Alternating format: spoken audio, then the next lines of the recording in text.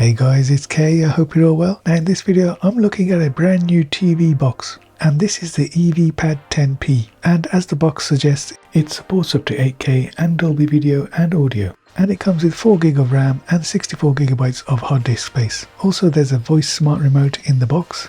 It's Wi-Fi 6 compatible and it's got Android 10 installed. Oh, and not forgetting, the CPU is a Cortex A53. Now of course with this box you're not just paying for the hardware, you are in fact paying a one-off fee for a lifetime subscription of live TV and video on demand, and I'll delve into more detail about that later on in the video. But first let's see what we get in the box, and of course the first thing in the box is the EVPAD Android TV box itself. Now first impressions are this is tiny for an Android TV box, and it is a very thin box. You've got this LED strip going all the way around, and the first ports we see are two USB ports and a memory card reader. And if we look on the other side, we get the power input, an Ethernet port, a HDMI port, and optical and AV ports. On the bottom of the unit we got some ventilation holes and some mounting points. In the box also we get the manual and setup guide. We get the power cable that connects to the USB plug in the box also, and it comes with one of those multi-country adapters, and you simply just select the plug for the country you're in. I'm in the UK, so I get the 3-pin plug. In the box also is a sturdy looking HDMI cable, and last but not least is the remote control. It's got all the features you expect: power on, menu, mute, you got the D-pad, you got the OK button, and the blue button in the center is a smart AI control where you can control the functions using your voice. It takes two AAA batteries, and this is all you get in the box guys. Powering up you get the following EVPAD splash screen, followed by the setup screen, and you need to select your language, past the disclaimer and onto the network setup. Once you've selected your network and put your password in, you'll get the following message, followed by setup completed, and then it will automatically go to the home screen. So let's take a quick look around the home screen. Along the top, the first thing we've got is a shortcut to the internet browser. Next up we've got the smart remote settings. To use the smart features, i.e. voice control, you need to set it up and just follow the instructions on screen.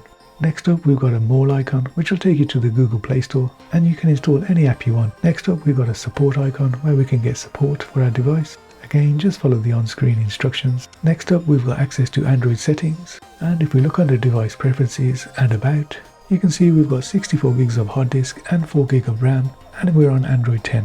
Next up we've got Bluetooth settings, and the EVPAD supports the latest Bluetooth 5.2. We've also got our Wi-Fi settings here. Next to that we've got a quick shortcut to external drives, and finally we've got a more settings which will bring you to this menu screen, and from here we can cast the screen to other devices. We can also choose what apps start up when we power up the device. We can uninstall apps, we can clean the cache memory of the device. This is great for when things start slowing down. Going down to the mid section of the home page we've got these shortcuts which you can assign to your favorite apps. Just select it and choose your favorite app from the app screen. And there's even more room to add your favorite apps below that on the bottom shelf. Also on the bottom shelf is your shortcut to your apps, and if you like LED lighting, you're going to love this feature on the EVPAD. There's a dedicated app to control that LED strip around the box. You can change the color of it, you can change the effect of it, giving your box that personal touch. Now the main reason you're probably buying this for is the media and TV package, so let's do a quick run through of what you get for that one-off price. So this is the home screen you're greeted with when you open up the media app, and the first category is the recommended category, and this will have the latest media that they have available for your consumption. And I have to say the format of all of these movies and TV shows is in HD or above, which is definitely a good start. It's nicely presented in a grid system, and all the thumbnails are clear and you can see what you're getting. No lagging in the menu system, all very responsive. Next to the recommended section we've got the 4K section, so all shows here are in 4K, and then they get split down further into categories. We've got film, drama, variety, comic, child, which is great for the holiday seasons, keep those kids busy. And finally after kids we've got sport.